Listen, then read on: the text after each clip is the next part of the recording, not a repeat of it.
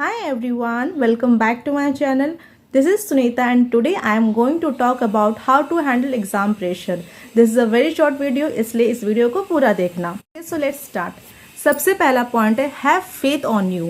I mean आपने जो भी याद किया है उस पर यकीन रखो. ये नहीं कि एग्ज़ाम आया पेपर देखते ही मतलब लग रहा है कि कुछ आ ही नहीं रहा है, सब भूल गए.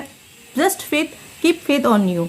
उसके बाद आप पेपर देखने के बाद आप फिर इतना भी एक्साइटेड मत हो जाना, अरे यार मैंने जो याद किया तो सब आ गया तो ओवर एक्साइटेड हो गए. नहीं, एकदम काम होकर उस एक एक पॉइंट जो भी तुमको याद है लाइन बाय लाइन लिखना है. और अगर आ गया आपका section wise, section A, section B, section D, तो जो सेक्शन आपको सबसे इजी लगता है उसी से ही आप स्टार्ट करो. और मान लो कि कोई क्वेश्चन का आंसर आपको नहीं आ रहा है तो आप क्या करो, उसकी जगह वहाँ कुछ तो आपको आइडिया तो होगा ना कि इस आंसर के लिए कितना स्पेस चाहिए होगा, तो आप उसी हिसाब से थोड़ा स्पेस छोड़ के अपना आगे लिखते जाओ. और हाँ, सबसे इम्पॉर्टेंट चीज़, आप अपना स्पीड पहले से ही थोड़ा, मतलब ये नहीं मैं बोल रही हूँ कि बहुत ज़्यादा स्पीड से ही अपने स्टार्टिंग में ही लिखना स्टार्ट कर दो, लेकिन आपका स्पीड इतना भी स्लो नहीं होना चाहिए कि आपको बाद में आपको रियलाइज़ हो कि अरे यार मेरे पास तो टाइम ही कम है, अब मैं ये भी सेक्शन भी करना है वो सेक्शन भी करना है, तो आप कैसे कंप्लीट कर पाओगे. तो इसलिए आप अपना स्पीड को थोड़ा मतलब एवरेज रखो. उसके बाद आप लिखते जाओ. जैसे आपको लगे कि हाँ 1 आवर हो गया है तो आप फिर उसके बाद अपना जितना भी बाकी है उस हिसाब से अपना स्पीड कम या ज़्यादा करोगे.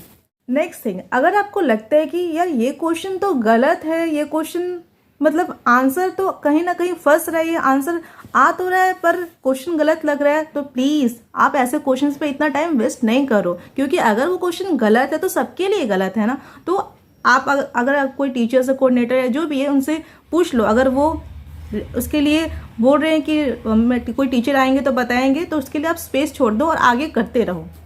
नेक्स्ट इज ऐसे क्वेश्चंस जिनका जवाब आपको मतलब दूर दूर तक नहीं पता वो होता क्या है, कभी आपने सुना ही नहीं है, तो भाई ऐसे क्वेश्चंस को स्किप कर दो.